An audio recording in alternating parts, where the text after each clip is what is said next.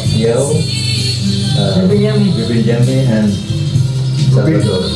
Wala mo tubig Padilla. Wala mga election ngayon. The latest survey, the Senate, the 19th Congress, Palapit yung sa mikropono.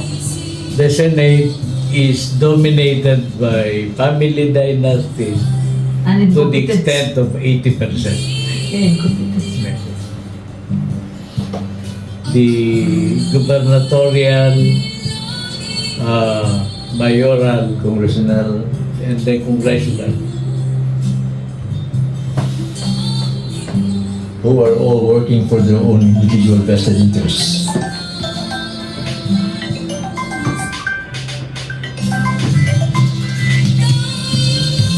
Hello. Doc. On board. Kaya sa experience namin sa Okay, Barcelona. yan na.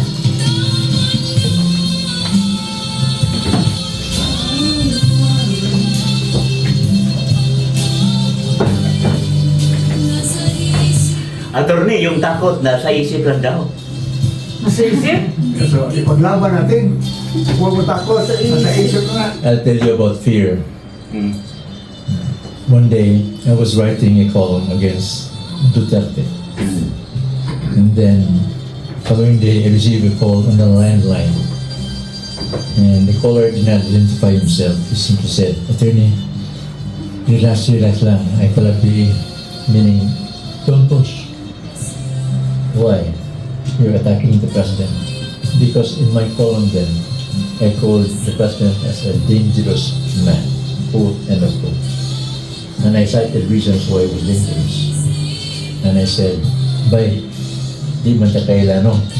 We are not friends. You don't know me, and I don't know you. But I'll tell you, I already lost my last strand of fear. There's no more fear in me. You cannot threaten me anymore." So, I will continue to attack, criticize the president because I feel that is right. But if you cut my life, can't you still follow me? After all, I have put my children in place, I have my family in place. When I go, they will not be hardened up anymore. So don't threaten me ever because I have no more fear. I have lost all my strands of fear in my veins. The best answer under the circumstances. You will stop intimidating you. But they did not. They Microphone, received attorney. they received four other threats. Four different persons probably. I said, "I'm sorry. I have no more fear."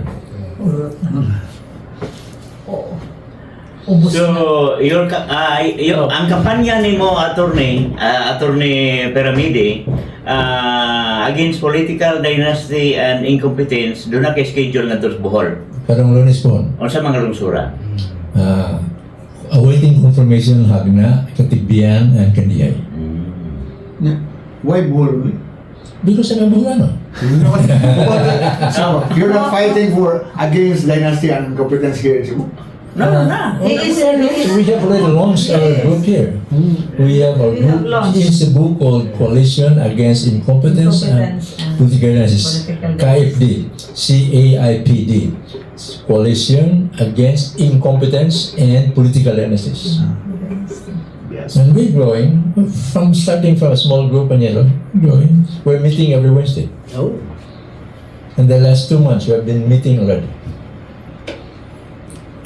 So, nagtubo, laging dumadami yung awareness ng mga Bisaya laban sa political dynasty. Isa sa mga national situationer natin, Attorney Arellano, yung mga yan sa dalawang political dynasty dito sa Pilipinas, na siya ngayong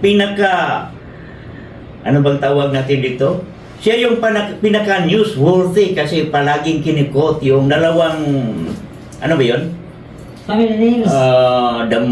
Yung labanan ng dinastiyang Marcos at dinastiyang Duterte. At paano yon magawan ng lunas sa isang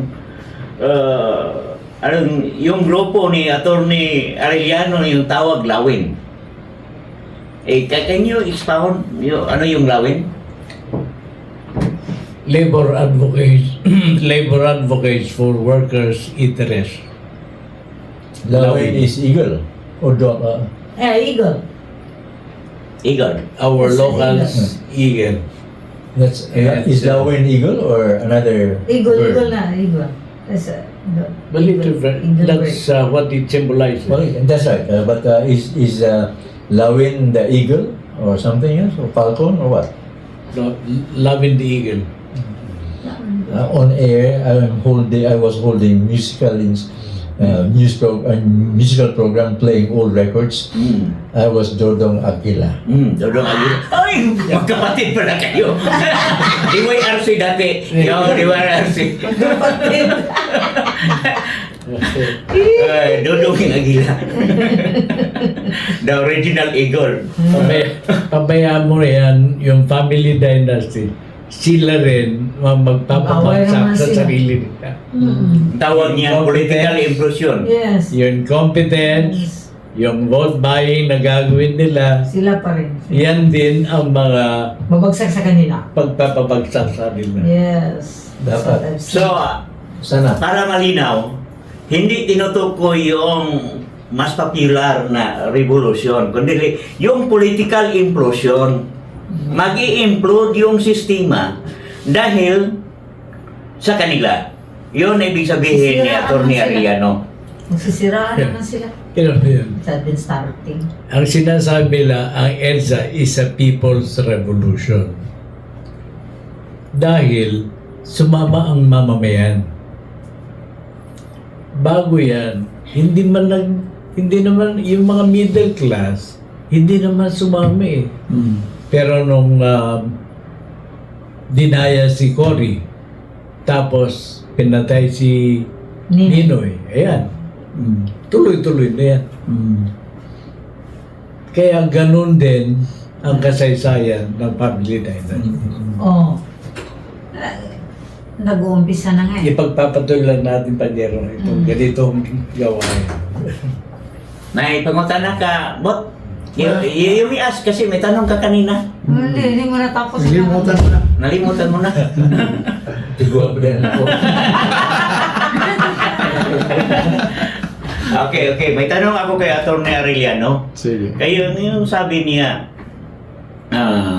history repeats itself. Tinukoy yun ni dating Pangulo Rodrigo Duterte na ano yung mangyari sa ama, yun din yung mangyari sa anak. Yun bang ibig sabihin yan, Atty. Arellano and Atty. Piramide? Age first. Ikaw muna, Atty. Before Arellano. Kasi, Age first before yun handsome. nga. Ha? Ha? Age first before handsome. Age first before handsome. Ano ba? So, Yeah, I think we might be leading into that. But you know, the impeachment, let's talk of the impeachment. What is the first cause of the impeachment? ayon support, Confidential funds. This was in 2022. Okay. What happened then was, in August of 2022, when Vice President Sara Duterte Carpio was only a few months old, because he assumed the term, he assumed the year after Rodrigo expired.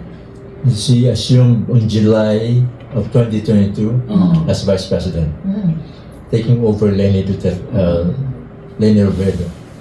In August, she wrote a letter to President BBM asking for confidential funds. And this was acted by the President in December of 2022. When Last BBM quarter. Last quarter, when So BBM his said- report in the third quarter, but it was given the fourth quarter. in December of 2022, BBM sent 125 million to VP as confidential funds. That was unconstitutional.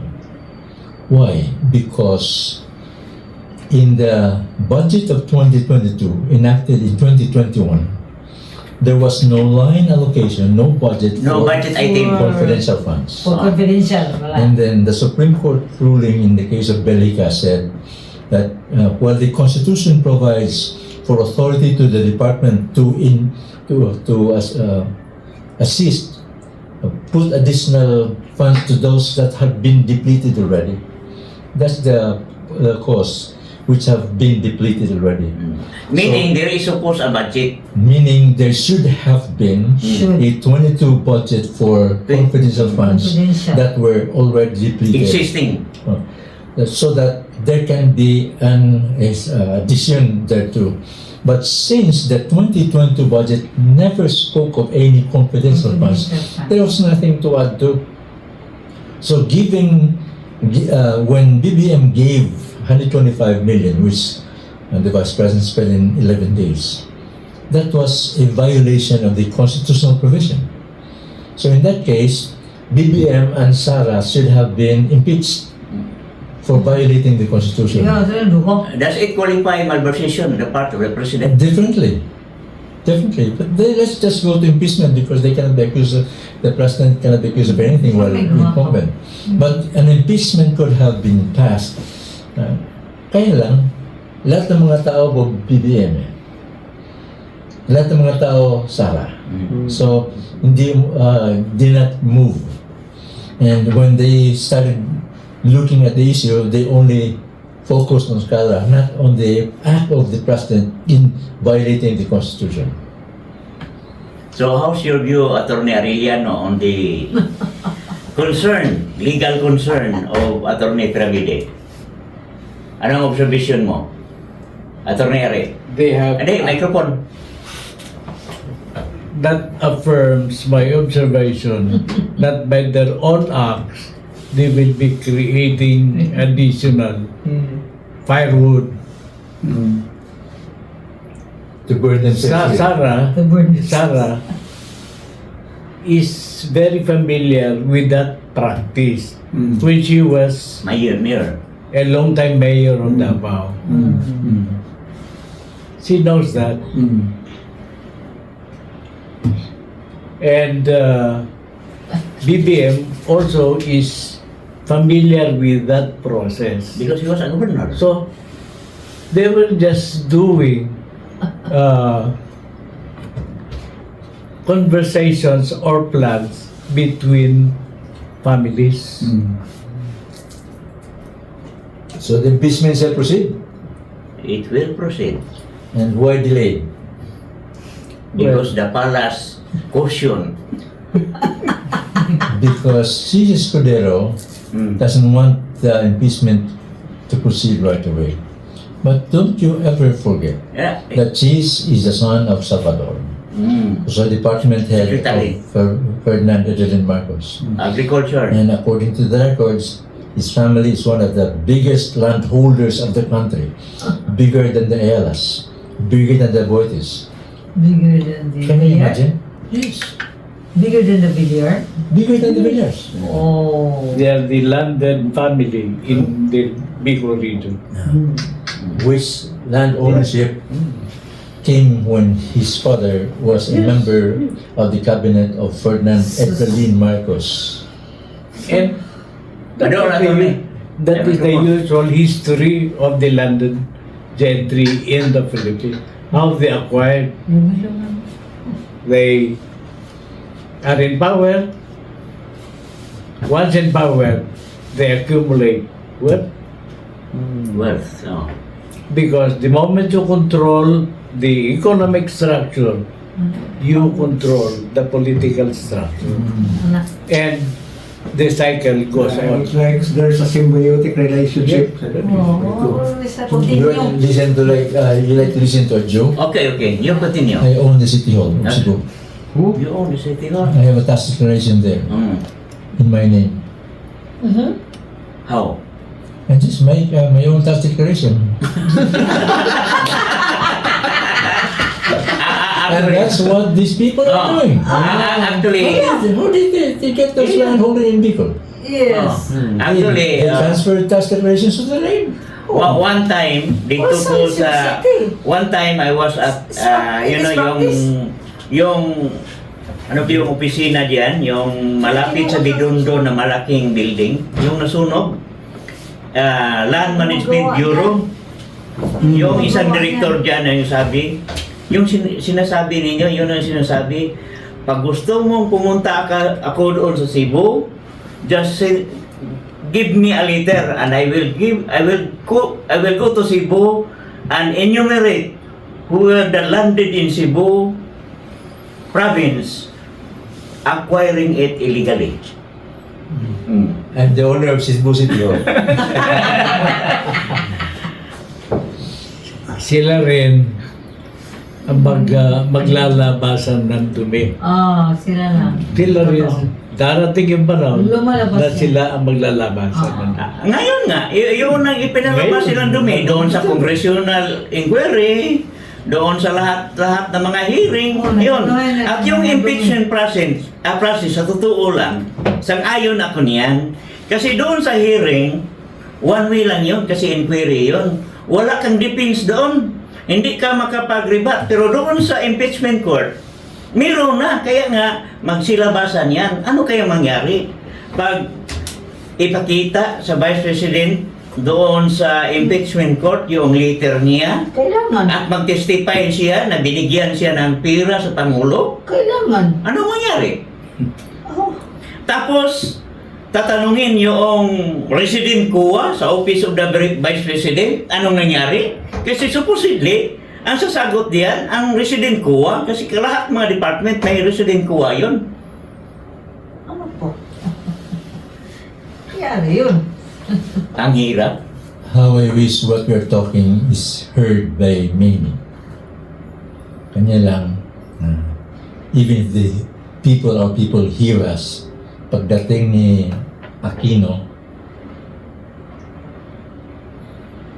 wala. Yan na nga. Pagdating ni Aquino, wala. When people receive Aquino, Yung 5. Kaya nga, tinatanggal na ngayon. Wala na, tinatanggal na ngayon. Wala nang Aquino ngayon. Wala na siya kino sa 400 pesos. Nagiging ibon na. Actually, pag-usapan natin ngayon yung topic sa historical revisionism, bakit yung tao doon sa kapangyarihan, babuguhin niya yung ilang ano ba yun? Ilang mga Nangyari sa history kasi sayang. concern na parang kinakailangan talaga na bababago ang kasaysayan, yung historical revisionism na aapekto pati noon sa paper bills natin. Attorney Arellano, do you agree that removing the images of our national heroes constitute not only the Aquino, the Osmeña in 50 pesos, the Quezon in 100 pesos, the 3 hero during the World War II, Jose Abad Santos, Llanes, at sino yung isa? Kalimutan ko. Lutaw. Natanggalin talaga yon. Lutaw na sa pula. Palitan natin yung yung fauna at flora. Sila Series. po ni joke Lutaw. only. Oh. This is a serious question, Panyero. How are you related to Chief Justice Cayetano Arellano? I don't know him. Oh. I don't know him. I have read some of the decisions of Cayetano Arellano. Profound Spanish. Parang to during American period yun, si Justice Ano Arellano. po matawas ito niya? Oo. Pero ano ba yung sa Arellano? Manilinyo o Ilocano? Feds. That, Arellano. So you don't have any relations with the former Chief Justice? Okay. So, Attorney Abin Piramide, bilang isang biktima ng martial law, ano ba sa inyo yung babubuhay niyon, yung historical revisionism? Yung paningin sa iba, nagre-revise, pati yung made in Malacanang, ng movie, at ano pa yung ganyan. Boka, lisod mo na buhaton to ilang gibuhat. Kay kung saan pagpapasa una sa tao, sa nahitabo sa launa sa Agosto 21, Adlaw Domingo. Adlaw Domingo. 1983. Atom, August 21 movement.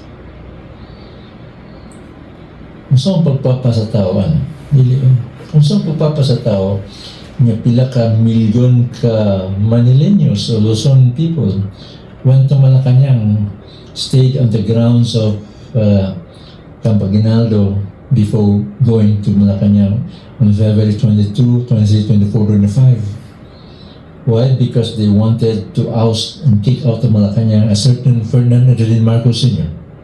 How can you ever rewrite history? How can you ever change that fact? You cannot.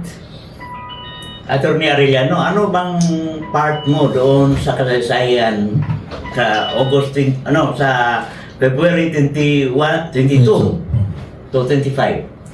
I'm not, I'm not disturbed at all by this stupidity, Stupidity. because that will add fire. How can you change history? How can you misinterpret history? They have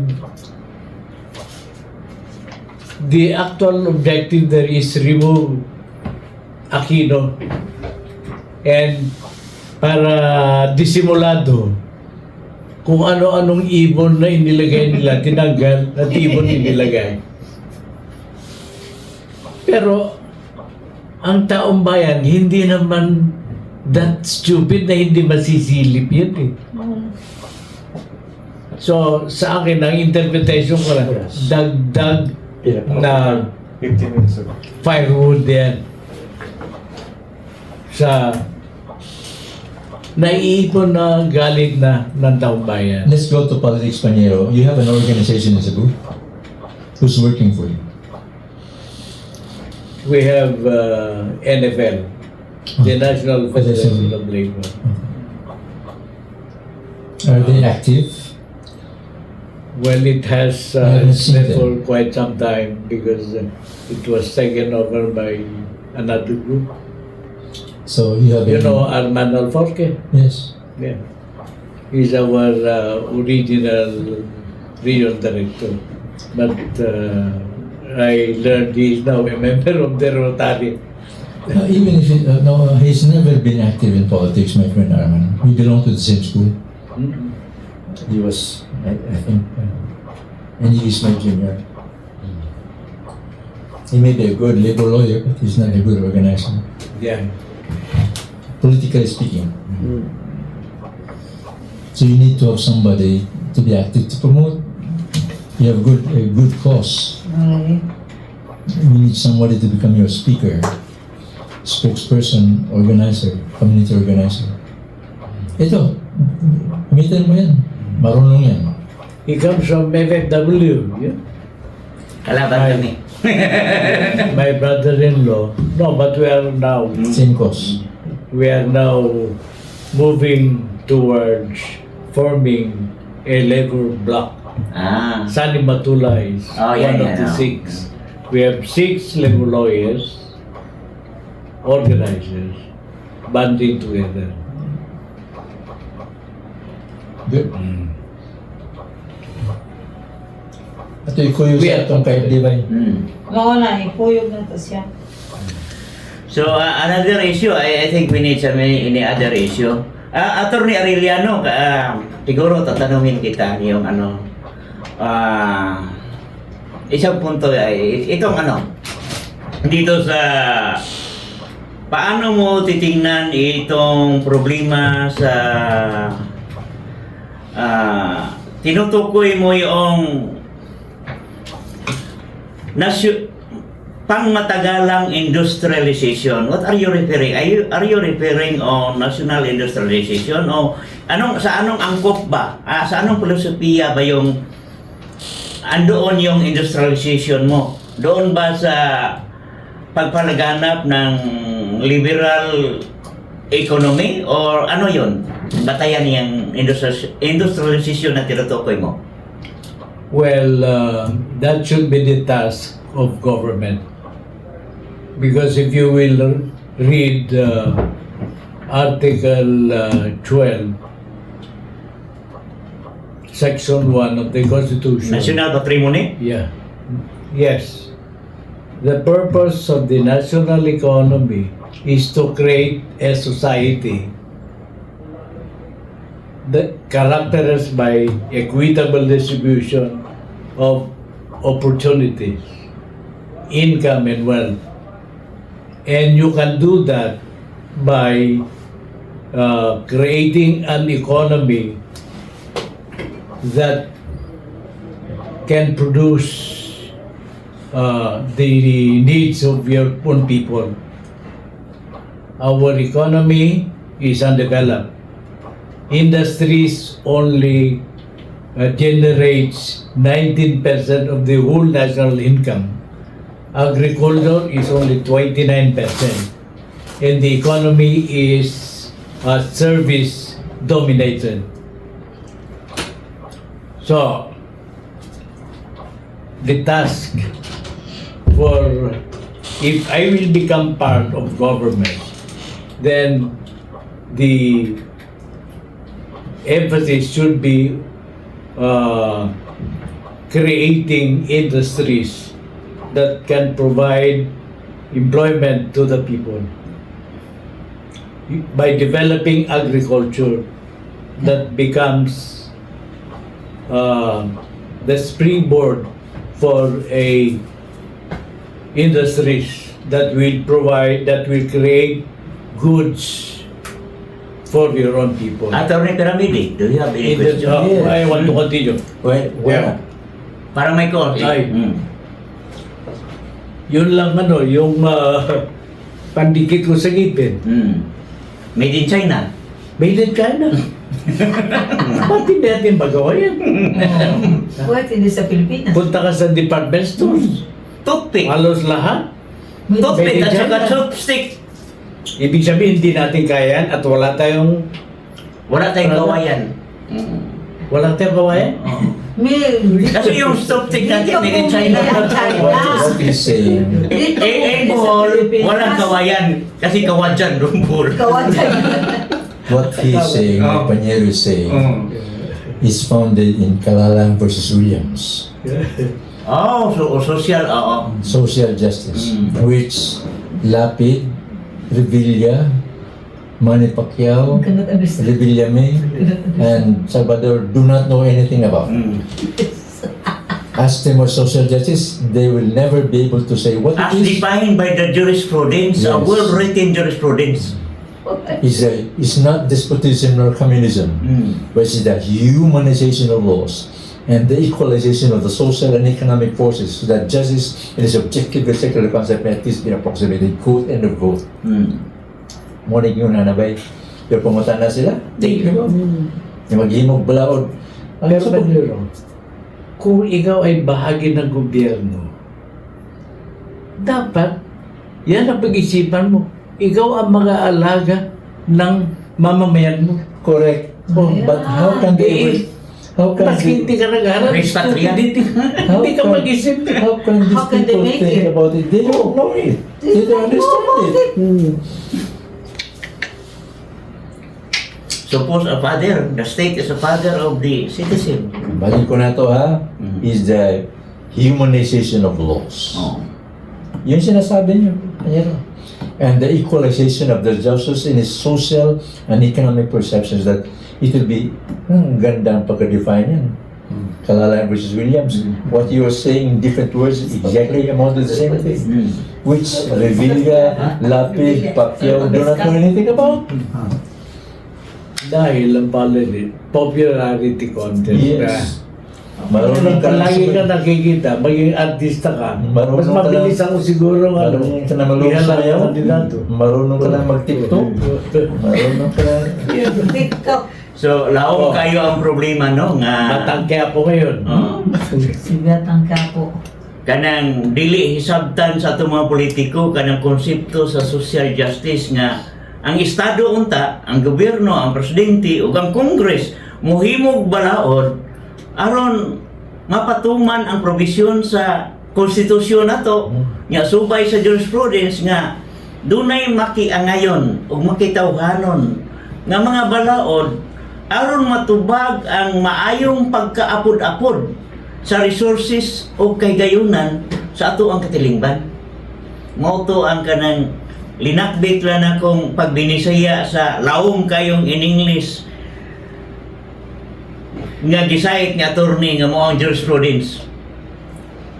Pero ang pinaka-problema man gud nato, mopili ta og mga senador, congressman nga di ka sabot, di ka mao.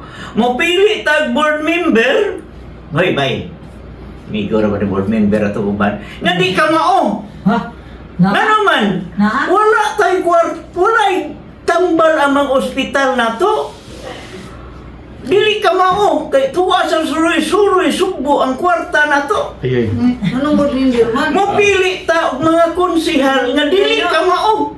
Board member na na, gobernador mo na. Pero mo, Dili, board member ang mohimog balaod ana. Oo. Karang gobernador tig-implement ra na. Oh. how will you humanize the law in this situation? Meron akong mga kliyente, 50 sila. Sila ay mga anak ng mga veterano World War II. They occupied Kape mo. they occupied a certain property sa Quezon City. NHA. Ah, Nagpunta na, nandyan na sila for 30 years. Bigla dumating ang claimant. Sa North Triangle na attorney? Na. That claimant, hindi, dyan sa una. Anong claimant? Sabi niya, akin din, meron akong titulo. Hindi ko lang na-occupy yan dahil Wala rin naasikaso. Sinong complainant yan? Isang senador, dating senador, Uy. si Antonino. Nag-file siya ng case. Action publisher. Riven di ko to, di ako na. Oh. Ngayon, how will you humanize the law? O may titulo siya, pero yung mga tao, matagal nang okay Matagal na. na nag-occupy. How will you Problema talaga. At yung titulo niya, Ito, yung naging problema doon sa 93-1. Oh. Yung yesterday. Yeah, that is this one. Yeah. Mao na nga dili posible nga Mikropono kay di. Mao na nga dili imposible nga Si Atty. Parimuende na i-tax deck sa City Hall.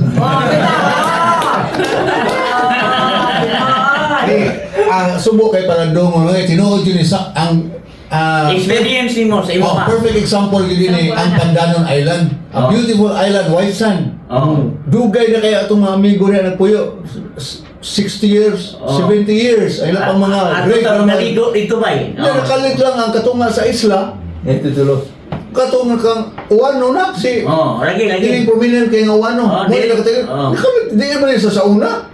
Kay sila nahibaw man sila sa unsay proseso. Nya katutong taga isla way kalibutan nga mo apply kay tax deck. So karon katunga sa Isla. sa island ilahang white sand maris squatter puno na mo na yung sitwasyon sa Pandanon Island. Mo na si Tio ako. Sige. Oh. Ay, ay, wag mo kay Bao, Guys Richard, daw na ni Titulos Buwan. Ay, i-hisgot tong experience nimo sa inyong department nga dunay titulo. Oh. Sige. Sige, Among sa DOST pa ko, Oh. DOTC, Oh. nami yuta sa Mandawi. Yeah. Sa Mandawi ka lang sa kuan yun sa may Flyover. sa Pagdako, flyover. Ah. Kaning sa NTC. Asa nang hulat diya, asa nang NTC o kaning sa Atbang. Mao na nabilong na sa Philippine government. Karon kay wala man na titulo, Oh. niya nahibaw ana sa usa ka politisyan nga wa day titulo. Kay amo man ang gidamo kay para ko ta pawa ko nang squat ya ba kay mulaban man sa squat Ay, ya. mga tao to na ko ha. Dili ba kanang mga among mga Ay, empleyado ba ay. professional squatter. Oo. Ilan kay negosyo nila. So para makibaw sila, nahibaw nila ang way titulo. Takulahaw lang. Nanay Titulo. Kung nanay titulo nga ang tagaya ang nakatitulo pangalan tuwa sa South na insik. Ah. Mao to nga nagduda mi nga kini dunay sindikato ini nga Doon, nagfinance. no? O karon gi kwan sa NBI yung investigar. Ador na mikropono. Ang titulo di PK gyud. Piki. PK gyud ang titulo. Display. Pero nalusot na-register sa Register of Deeds. Oh, display. Naagid na nasa records. Pero ang title klaro kayo nga paste up lang. Limang ka ang part sa titulo karaan kayo o yang ang dapit sa pirma bangko na computerized murag klaro kayo nga kuan ba. Oh, so mao na inana nga dunay mag-finance na mahunan lang pila ka ento 500,000 sa patitulo. Nya nakig-agree, nakig-compromise nga compromise lang na tunga lang tayo ng yuta. Bilyon ang kantidad sa yuta. Nga, magigtunga. Magkito. Tusugod sila. Kaya kami lang gusugot ang gobyerno. Oy, kanang yuta kailan ni sa original owner na way back in 1910. Wow, Pero ini na lang, di apay lain. Kanang minteryo bitaw diha dool anang katong karaan natong reclamation, not reclamation. Ibulo ka nga, kanang minteryo ha diha, nanapoy tag-iya nga wala diha pareha sa imuha. Patay na. Unsay ethnic identity pareha po datong imuha pong gisulti. Awa nimo na sulti. Oh, so mo na reality karon daghan kayutaan diri sa Pilipinas nga ang tag-iya kanang mga apelyido insik nga daghang nahibulong wala baka ni relationship sa hinay-hinay pagdaghan sa mga insik nga nakatag-iya yuta diri sa Pilipinas connection dito sa West Philippine Sea. Unsa pa man di ayo. No? Attorney Arellano, kanang mabuo na kita kay oras, kanang pangayuan ang tikagamay kay punto may tungod sa kanang issue sa West Philippine Sea, mga 5 minutes. West Philippine Sea. Usa man is national issue na to.